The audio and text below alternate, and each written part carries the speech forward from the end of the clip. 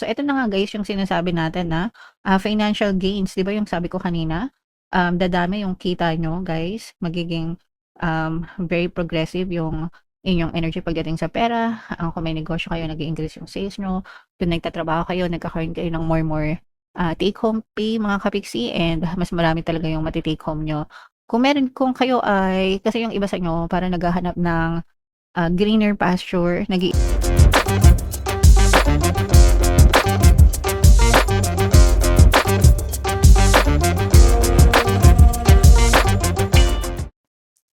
Hello guys, hello Aries, welcome back to Pinay Pixie Tarot. Ang pamagat ng episode natin for tonight is second half kapalaran para ngayong 2026, July to December guys.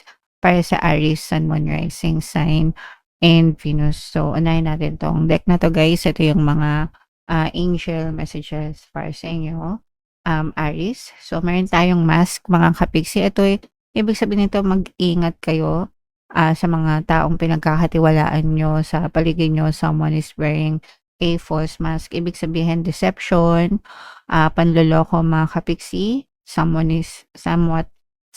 might betray you. Someone might stab you sa likod mga kapiksi, no? Saksakin kayo ng patalikod guys. So, mostly, ano yan guys, mula sa mga taong kakilala nyo or pinagtitiwalaan nyo. Mga doble cara, ganyan. Kapag kakaharap mo, ang bait, pero pagkatalikod mo, tinatraidor ka na pala. So, mag-ingat kayo sa mga ganyan. Klase ng tao, wag kayo basta-basta magtiwala. Aries, okay? So, yan yung first message sa inyo. Another message, guys. Meron tayong protest. Mga kapiksi, no? Meron kayong mga ipaglalaban, guys. Ngayong second half. Although, hindi naman lahat. For some of you lang mga kapiksi. So, hindi nyo naman kailangang idaan sa pagiging marahas yung inyong pagpoprotesta mga kapiksi. Daanin nyo sa maayos at mahinahon na pag-uusap hanggang kaya guys kasi mas maraming mareresolve yung peaceful talk kesa sa marahas na paraan guys, okay? Alright, and mas nagiging favorable din sa atin kapagka, peaceful tayo, makipag-usap, mga kapiksi. Yeah, and habang pinaglalaban niyo yan guys, continue on affirming, everything is always working out in my favor para palaging pabor sa inyo yung mga sitwasyon guys, okay? Alright, and eto guys, you are quitting something 'no, meron kayong, nagku-quit kayo sa isang, tao, bagay, sitwasyon, kahit ano guys. And maaari kayo nagkakaroon ng withdrawal syndrome pa. So medyo eto naman guys, sa simula lang ito mahirap, pero you have to do it gradually. So kunwari gusto mo nang itigil yung paninigarilyo, kunwari sa isang araw nakakaubos ka ng 10 stick ng sigarilyo sa isang araw. Hindi mo siya kayang biglain na agad-agad isang araw titigil ka na sa paninigarilyo, hindi gano'n. So kunwari yung 10 sticks a day, bawasan mo maging 8 sticks a day sa loob ng isang linggo, tapos sa next week gawin mong 6 sticks a day. Na-gets mo ba hanggang sa gradual unti-unting nababawasan hanggang sa maging 4, maging 2, maging 1 hanggang sa wala na talaga 'no?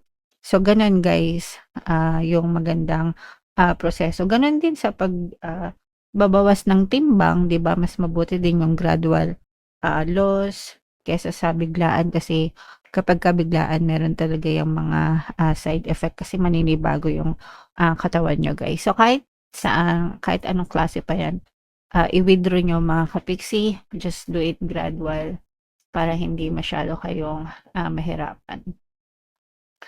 So, comment down below if naka-resonate kayo diyan. Ito naman ay sa love guys, tingnan naman natin yung mga puwedeng maka-impluwensiya, sa love life niyo. So, meron tayong blonde female dito. Puwedeng he, she, puwedeng she yung relationship niyo. Puwedeng literal na blonde talaga or puwedeng nagpakulay ng buhok na blonde guys. So, puwedeng ikaw yan, puwedeng, yung person mo yan. Puwedeng ibang lahi din mga kapigsi 'no. Yeah. another energy dito. Meron ayan, long distance. So ito guys, long distance, puwedeng ibang lahi 'no, itong, person niyo mga kapiksi. Um, Again, puwedeng he, she, puwedeng she. Caucasian 'no, mga Caucasian, mga Western, ganyan. Sila yung usually na, blonde yung buhok, eh. So, for some of you puwedeng may ganyan, guys. O kaya naman kahit hindi ibang lahi pero puwedeng LDR kayo, guys. And no love 'no, so baka ito na yung sign sa mga naghahanap ng mga bagong, pag-ibig mga kapiksi 'no. Baka may makilala kayo kapag kayo ay nag-travel sa abroad or sa ibang bansa. Baka diyaan niyo makilala yung the one niyo mga kapiksi. Okay, so good luck sa inyo guys. Magre-resonate ito mostly sa mga sa mga single, guys. Alright, so shuffle natin 'to, hanapin natin yung energy ng Aries. Habang sine-shuffle ko 'to guys, panoorin niyo muna yung video natin regarding sa ating paano mag-manifest ng abundance video course. Kapiksi, sawa ka na ba sa mga struggles at hirap sa buhay mo? Masipag ka ba at masikap sa buhay ngunit hindi ka pa rin umaasenso? Ilang beses ka na bang nag-attempt magnegosyo at mag-invest pero palagi ka pa rin nalulugi? Sa pagkakataon na ito ay maaaring may subconscious beliefs ka na nagiging balakid sa iyong pag-unlad at pagyaman. Introducing, paano mag-manifest ng abundance video course. Dito ay matututunan mong ma-overcome ang mga balakid mo para tuluyan ka ng umunlad, umasenso, sumagana, maging matagumpay, successful at maswerte sa iyong kabuhayan, pera, trabaho, negosyo sa lapi at kaperahan ng bonggang-bongga. Dali, mag-send na ng email sa pinoypixie@gmail.com at simulan na ang iyong pagyaman ngayon. Alright, so sa lahat ng gusto mag-avail ng, course guys, meron tayong paano mag-manifest ng abundance video course, paano mawala ang third party at magkaroon ng harmonious na relationship, paano pabalikin si ex vice breakup. Sa mga interesado guys, mag-send lang kayo ng email sa pinoypixie@gmail.com. And sa mga naghahanap ng pampaswerte guys 'no, meron tayong, money shaker jar. Ito yun guys 'no, super liit na bote pero super effective guys and super powerful. Inaalog 'to mga kapiksi, at saka ito. So ito yung WhatsApp number natin kung gusto niyo sumakses sa swerte, mag-avail na kayo niyan.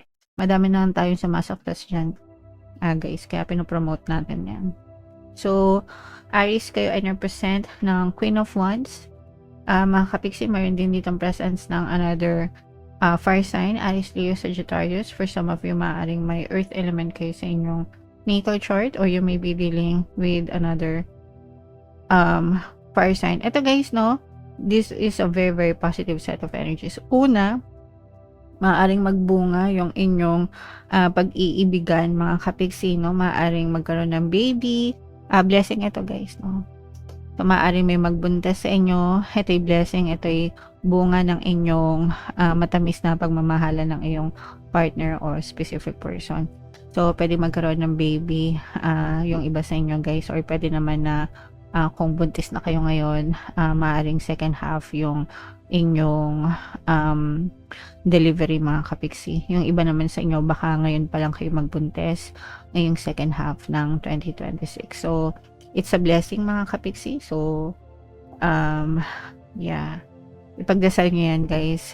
Para sa inyo talaga yan, mga kapiksi. Okay? And ito guys, this is the energy of success. Mga kapiksi, nakikita natin na mas nagiging mabilis yung progreso pagdating sa inyong kaperahan or yung daloy ng kaperahan sa inyo. Magkakaroon ng movement or positive movement, mga kapiksi. Yung iba sa inyo guys, this is also a sign na malayo pa yung mararating nyo sa buhay. Maaaring mag-expand pa yung inyong mga pinagkakakitaan, kung ano man yung source of income nyo. Increasing to guys, no, nararamdaman natin na maaaring mag-increase yung inyong kaperahan. So, kung nagtatrabaho kayo, pwede kayo magkaroon ng mga tawag dito, mga overtime pay na or incentive ganyan na parang increase sa sahod nyo. Yung iba naman kung kayo ay nagdenegosyo mga kapiksi, maaring tumataas yung mga sales nyo guys, okay? Pero nararamdaman natin yung success sa pagdating sa increase ng kaperahan, guys, okay?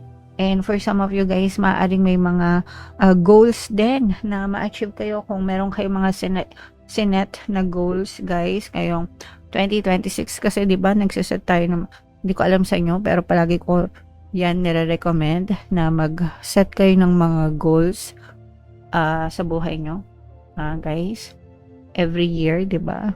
May mga short-term goals, long-term goals. And for some of you, hit na hit nyo yung mga goals na yan, guys, no? And lalo pang bibilis yung inyong progreso sa buhay, mga kapiksi. Okay? So, i-mind nyo na yung mga success, tagumpay, mga mabilis na pag-unlad sa kaperahan, mga kapiksi. At saka itong mga baby. So, what else, guys? Tingnan pa natin. Ayan, no? Pagdating sa love, talaga, guys, nararamdaman natin dito yung very harmonious na relationship. Although, for some of you, mga kapiksi, pwedeng merong naiinggit sa relationship nyo, guys, no? And maaaring merong parang manira sa relationship nyo. Pwedeng sinisiraan ka or sinisiraan yung person mo dahil sa inggit sa relasyon. Pwedeng mga in-laws ito, guys, lalo na kung LDR kayo, di ba, kasi meron tayong long distance dito. Ang nakikita natin dito na magiging problema sa relasyon is hindi kayo ng person mo, kundi yung mga tao sa paligid nyo, like yung mga in-laws, ganyan. Lalo na kung LDR, tapos nagagalit kasi hindi sila pinapadala ng pera, sa'yo na pupunta yung pera. So, parang ganun yung magiging issue ng iba sa inyo pagdating sa relationship. Pero pagdating sa inyong dalawa ng person mo, mahal na mahal nyo yung isa't isa, mga kapiksi, nagkakagulo lang kayo dahil din sa mga in-laws, no? So, for some of you, hindi naman lahat. And kung may mga ganyan kayong issues, guys, importante na mag-usap kayo ng person mo. Kailangan mas pinaniniwalaan ka niya kaysa dun sa mga in-laws, pero wag mo rin kontrolin, mga kapiksi, kasi meron din sariling isip yung person mo para magdesisyon siya. Yeah, so ipagdasal mo na sana maging okay yung relationship nyo and mawala yung mga balakid na yan. Meron tayong subliminal, guys, pampawala ng balakid na subliminal. So, pwede nyong ayan, guys, pwede nyong pakinggan yon para mahalin kayo ng mga in-laws nyo. So, ito na nga, guys, yung sinasabi natin na financial gains. Diba yung sabi ko kanina? Dadami yung kita nyo, guys. Magiging very progressive yung inyong energy pagdating sa pera. Kung may negosyo kayo, nag-i-increase yung sales nyo. Kung nagtatrabaho kayo, nagkakaroon kayo ng more take-home pay, mga kapiksi, and mas marami talaga yung matitake home nyo. Kung kayo ay, kasi yung iba sa inyo, para naghahanap ng greener pasture, nag-iisip kayo na lumipat ng trabaho, lumipat ng pagkakakitaan, or lumipat ng ibang bansa, mag-cross country, ganyan. Kung ganyan yung mga peg nyo, guys, pag-isipan nyo mabuti if gusto nyo talaga yon, kasi kapag pinush nyo yon, mga kapiksi, malaki yung chance na mas lalo kayong umunlad at umasenso. Kapag lumabas kayo ng comfort zone nyo, mas lalo pang lalaki or dadami yung potential earnings, potential income nyo, guys. Okay, so pagdating sa, actually, guys, parehas maganda pagdating sa love at saka sa kaperahan na energy. Very successful kayo. Ang nakikita lang nating downside is yung may mga nakikialam sa relationship nyo, Aries. Okay, so medyo kailangan nyo lang ayusin yung banda doon, guys. Alright? Okay, so yeah. Comment down below, mga kapiksi, if naka-resonate kayo yung mga magaganda dito, guys, lalo na itong mga success sa kaperahan. Siyempre, i-mind nyo na yan, mga dagdag kita, dagdag income, no? I-mind nyo na sa comment section. So, ito yung ating additional message para ngayong second half ng 2026. You are doing your best and that is enough. Any difficulties you face will not last forever. Release the thoughts and feelings that don't feel good. Focus all your energy on love, happiness, and your hopes and dreams. So, okay lang yan, guys. As long as ginagawa nyo yung best nyo, mga kapiksi, okay yan. Okay na yan. Huwag kayo masyadong, don't be too hard on yourself kapag hindi kayo agad-agad nakakita ng mga positive na results sa buhay nyo, no? It's fine. It's normal, mga kapiksi. You just have to release that thought na Okay lang yan, lilipas din yan, no? Dadating din yung para sa iyo, dadating yan sa iyo kapag ready na kayo. So, you should ready yourself, mga kapiksi. And focus lang kayo palagi sa love, sa light, sa mga intentions, mga good intentions guys. Huwag kayong mag-isip ng mga bad intentions kasi meron nag-ano sa akin. Hindi ko alam kung anong problema niya. Meron nag PM sa akin kung pwede daw ba mag-wish na yung gumawa sa kanya ng hindi maganda is bumalik sa kanila yung ginawa sa kanya na 10 beses yung balik. So, wag kayong mag-wish ng ganun, guys, kasi babalik din yun sa inyo, no? Paghihiganti yun, and it's a very negative energy, guys, and it's also a bad intention, which means bad karma. So, wag kayong mag-isip ng paghihiganti, guys. Hindi yun makakasama sa kanila. Makakasama yun sa inyo. Okay? Alright. So, yeah. Comment down below if naka-resonate kayo guys for more tarot readings. Ito yung playlist nyo. Ito naman yung ating success stories ng paano mag-manifest ng abundance video course. Panoorin nyo itong video natin guys about money shaker jars. Thank you for liking, sharing, and subscribing. See you next time. I love you all guys. Have a nice day. Bye-bye.